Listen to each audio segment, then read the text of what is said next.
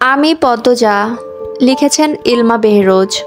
গল্প পাঠে আমি আছি আপনাদের সাথে, মারিয়া। বাসন্তী গাঢ় করে ঠোঁটে লিপস্টিক দিচ্ছেন। প্রেমাপ্রান্ত বেশ আগ্রহ নিয়ে দেখছে। তারা দুজন বাসন্তীকে মেনে নিয়েছে। বাসন্তীর কথাবার্তা, চালচলন আলাদা, যা ছোট দুটি মনকে আনন্দ দেয়। আগ্রহ ভরে বাসন্তীর কথা শুনে তারা। লিপস্টিক লাগানো শেষ হলে বাসন্তী প্রেমাকে বলল, তুমি লাগাইবা? প্রেমা হেসে মাথা নাড়ায়। বাসন্তীর আরও কাছে ঘেঁষে বসে। বাসন্তী প্রেমার ঠোঁটে টক টকে লাল লিপস্টিক গাঢ় করে ঘষে দিল। এরপর প্রান্তকে বলল, তুমিও লাগাইবা আব্বা? জি, বলল প্রান্ত। প্রেমাকে লিপস্টিকে সুন্দর লাগছে, তাই তারও ইচ্ছে হচ্ছে। বাসন্তী প্রান্তর ঠোঁটে লিপস্টিক দেওয়ার জন্য উবু হন। পূর্ণা বেশ অনেকক্ষণ ধরে এসব নাটক দেখছে। এই মহিলাকে সে একটু সহ্য করতে পারে না। এক তো সৎমা, বাপের আরেক বউ, তার উপর এই বয়সে এসে এত সাজগোজ করে। প্রান্তকে লিপস্টিক দিচ্ছে দেখে তার গা পিত্তি জ্বলে উঠল। ঘর থেকে দপ দপ করে পা ফেলে ছুটে আসে। প্রান্তকে টেনে দাঁড় করিয়ে বলল, হিজড়া সাজার ইচ্ছে হচ্ছে কেন তোর? কতবার বলছি এই বজ্জাত মহিলার সাথে না ঘেঁষতে। বাসন্তী ভয় পান পূর্ণাকে। মেয়েটা খিটখিটে বদমেজাজি। হেমলতা বলেছেন, সেদিনের দুর্ঘটনার পর থেকে পূর্ণা এমন হয়ে গেছে, হুটহাট রেগে যায়, কথা শুনে না। পদ্মজা যাওয়ার পর থেকে আরও বিগড়ে গেছে। এজন্য যথাসম্ভব পূর্ণাকে এড়িয়ে চলেন, তবু এসে আক্রমণ করে বসে। গত 2 সপ্তাহে মেয়েটা অতিষ্ঠ করে তুলেছে জীবন। তিনি কাটা কাটা গলায় পূর্ণাকে বললেন, এই শিক্ষা পাইছো তুমি? গুরুজনদের সাথে এমনে কথা কও? আপনি চুপ থাকেন, খারাপ মহিলা, বুড়া হয়ে গেছে এখনো রং ঢং করে। পূর্ণার কথা মাটিতে পড়ার আগে তীব্র থাপ্পড়ে সে মাটিতে উল্টে পড়ল। চোখের দৃষ্টি গরম করে ফিরে তাকায় সে দেখার জন্য কে মেরেছে তাকে। দেখলো হেমলতাকে। হেমলতা অগ্নি চোখে তাকিয়ে আছেন, যেন চোখের দৃষ্টি দিয়ে পূর্ণাকে পুড়িয়ে ফেলবেন। পূর্ণার চোখ শিথিল হয়ে আসে। সে চোখ সরিয়ে নেয়। হেমলতা বললেন, নিজেকে সংশোধন কর, এখনো সময় আছে।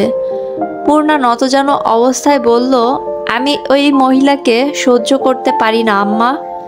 করতে হবে, ওনার অধিকার আছে এই বাড়িতে। আমি খুন করব এই মহিলাকে। পূর্ণার রাগে শরীর কাঁপছে। পূর্ণার অবস্থা দেখে হেমলতার দৃষ্টি গেল থমকে। পূর্ণা কেন এমন হলো? তিনি কি এক মেয়ের শূন্যতার শোক কাটাতে গিয়ে আরেক মেয়েকে সময় দিচ্ছেন না? বুঝিয়ে শুনিয়ে পূর্ণাকে আবার আগের মতো করতে হবে। তিনি কণ্ঠ খাদে নামানোর চেষ্টা করেন, কিন্তু এরপর পূর্ণা যা বলল তিনি রাগ নিয়ন্ত্রণ করতে পারলেন না। পূর্ণা বাসন্তীকে উদ্দেশ্য করে বলল, ব্যবসার মেয়ে ব্যবসায়ী হয়, আর ব্যবসার সাথে এক বাড়িতে থাকতে ঘৃণা করে আমার। হেমলতা ছুটে যান বাইরে, বাঁশের কঞ্চি নিয়ে ফিরে আসেন। বাসন্তী দ্রুত আগলে ধরেন পূর্ণাকে। হেমলতাকে অনুরোধ করেন, এত বড় সেরিডারে মাইরো না, ছোট মানুষ, বুঝে না। আপা আপনি সরেন, ও খুব বেড়ে গেছে। বাসন্তীর স্পর্শ পূর্ণার ভালো লাগছে না। সে ঠেলে সরিয়ে দেয়। সঙ্গে সঙ্গে হেমলতা বাঁশের কঞ্চি দিয়ে পূর্ণার পিঠে বাড়ি মারলেন। পূর্ণা আর্তনাদ করে শুয়ে পড়ে। হেমলতা আবার মারার জন্য প্রস্তুত হন। বাসন্তী পূর্ণাকে আগলে বসেন, অনুরোধ করেন, যুবতী সেরিদের এমনে মারতে নাই, আর মাইরো না। প্রেমাপ্রান্ত ভয়ে গুটিয়ে গেছে। হেমলতার চোখ দিয়ে টপ টপ করে জল পড়ছে। তিনি বাঁশের কঞ্চি ফেলে লাহারি ঘরের দিকে যান। বারান্দায় বসে দীর্ঘ শ্বাস ফেলেন। মনে মনে মোর্শেদের উপর ভীষণভাবে ক্ষেপে যান। মোর্শেদ চিৎকার করে করে বাসন্তীর সম্পর্কে সব বলছে বলেই তো পূর্ণা জেনেছে। আর তাই এখন পূর্ণা কারো অতীত নিয়ে আঘাত করার সুযোগ পাচ্ছে। মোড়ল বাড়ির ছোট সংসারটা কেমন ওলটপালট হয়ে গেছে। হেমলতা আকাশের দিকে তাকিয়ে হা করে নিঃশ্বাস নেন। সব কষ্ট যন্ত্রণা যদি উড়ে যেত, সব যদি আগের মতো হয়ে যেত।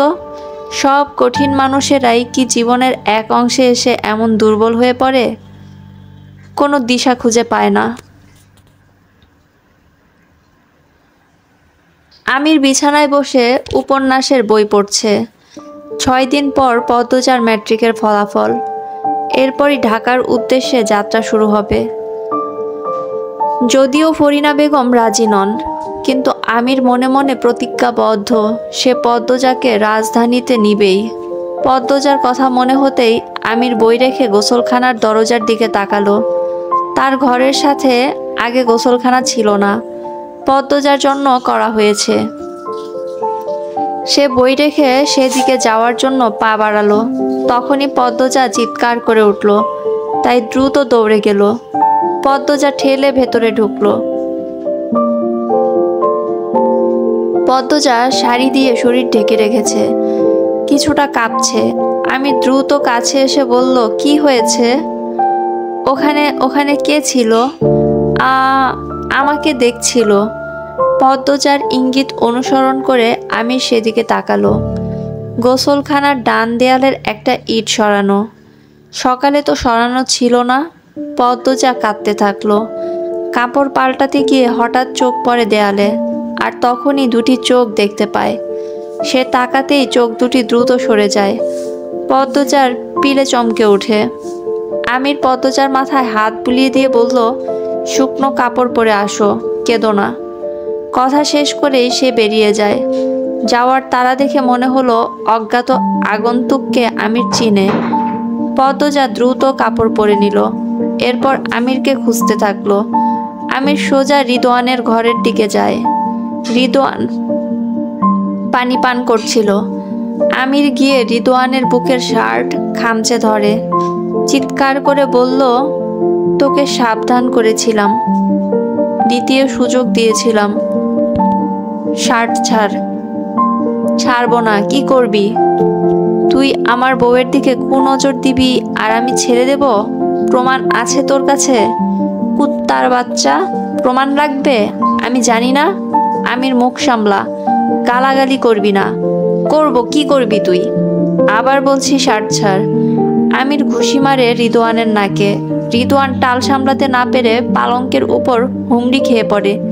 চিৎকার চেঁচামেচি শুনে বাড়ির সবাই রিদওয়ানের ঘরে ছুটে আসে।